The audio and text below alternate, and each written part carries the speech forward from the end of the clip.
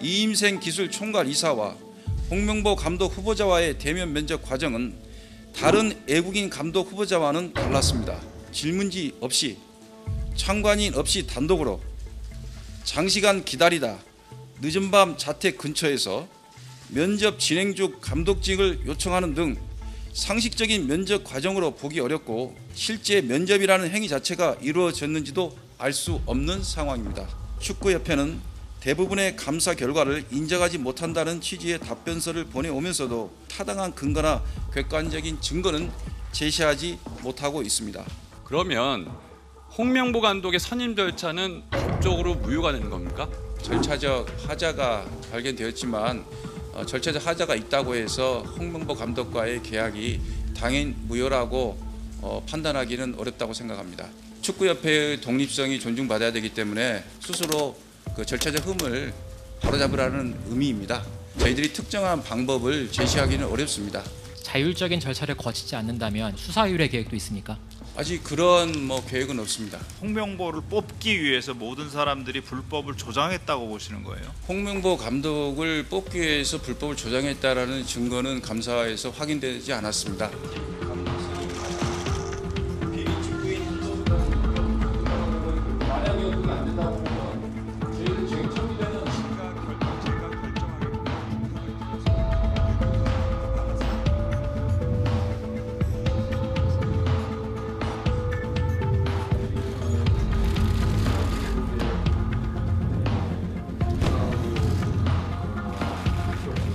참 억울한 것도 저는 있어요. 과정에 정상적인 절차를 거쳤냐 해서 거쳤다고 얘기를 들었고, 그다음에 제가 어떤 평가를 받았냐라고 했을 때 저는 제일 가장 높은 점수를 받았다고 해서 제가 이제 대표팀에 이제 수락을 하게 됐는데, 요번에 국회에서 가 보니까 약간 제가 들었던 말보다는 조금 다른 게 좀 있더라고요. 제일 쟁점이 되는 10차 회의록이 아마 있을 거예요. 전 그 10차 회의록이라도 좀 공개를 해줬으면 전 좋겠다라는 생각이 들고.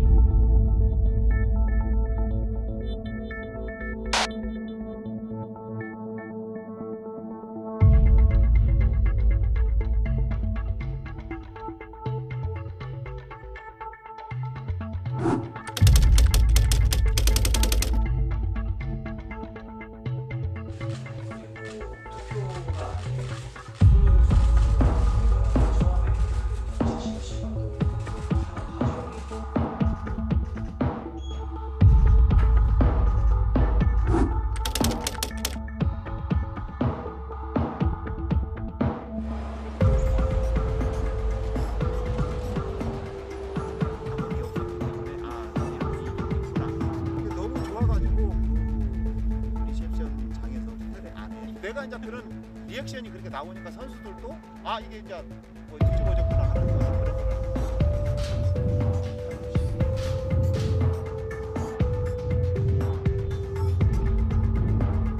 Standing on the board. Fantastic. So I was trying to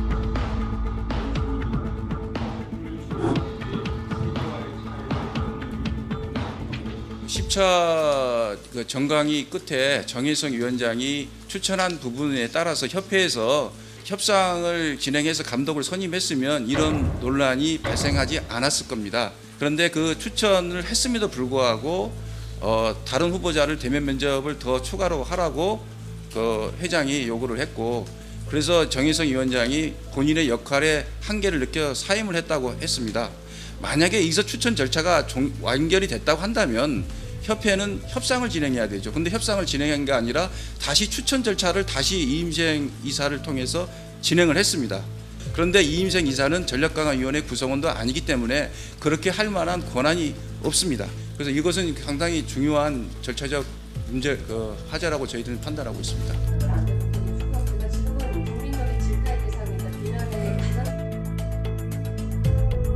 투명한 절차로 후속 작업하는 것에 오늘 참여한 위원들 모두 동의합니다.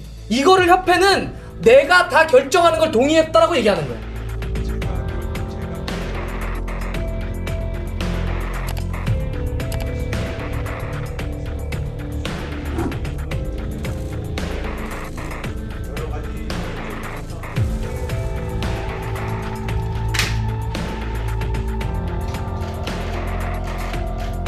(2023년 1월) 당시 마이클 밀러 전력강화위원장과 축구협회는 전력강화위원회가 구성되기도 전에 이미 감독 후보자 명단을 작성하고 에이전트를 통해 감독들과 접촉을 진행했습니다. 감독 추천 권한이 없는 정몽규 회장이 클린스만을 포함한 최종 감독 후보자 2명에 대해 최종 2차 면접을 진행했습니다.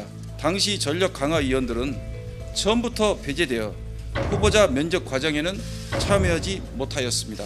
감사 결과 규정을 위반한 책임자에 대한 상응하는 그런措置가 있을 예정입니다. 정몽규 회장도 관련 정관 등이나 국가대표 운영 규정 등 관련 규정을 위반한 사실이 이번 감사에서 드러났습니다. 아직 끝나지 않은 다른 감사 사항도 있기 때문에 10월 말에 정몽규 회장에 대해서도 저희들이 처분 요구를 할 계획입니다.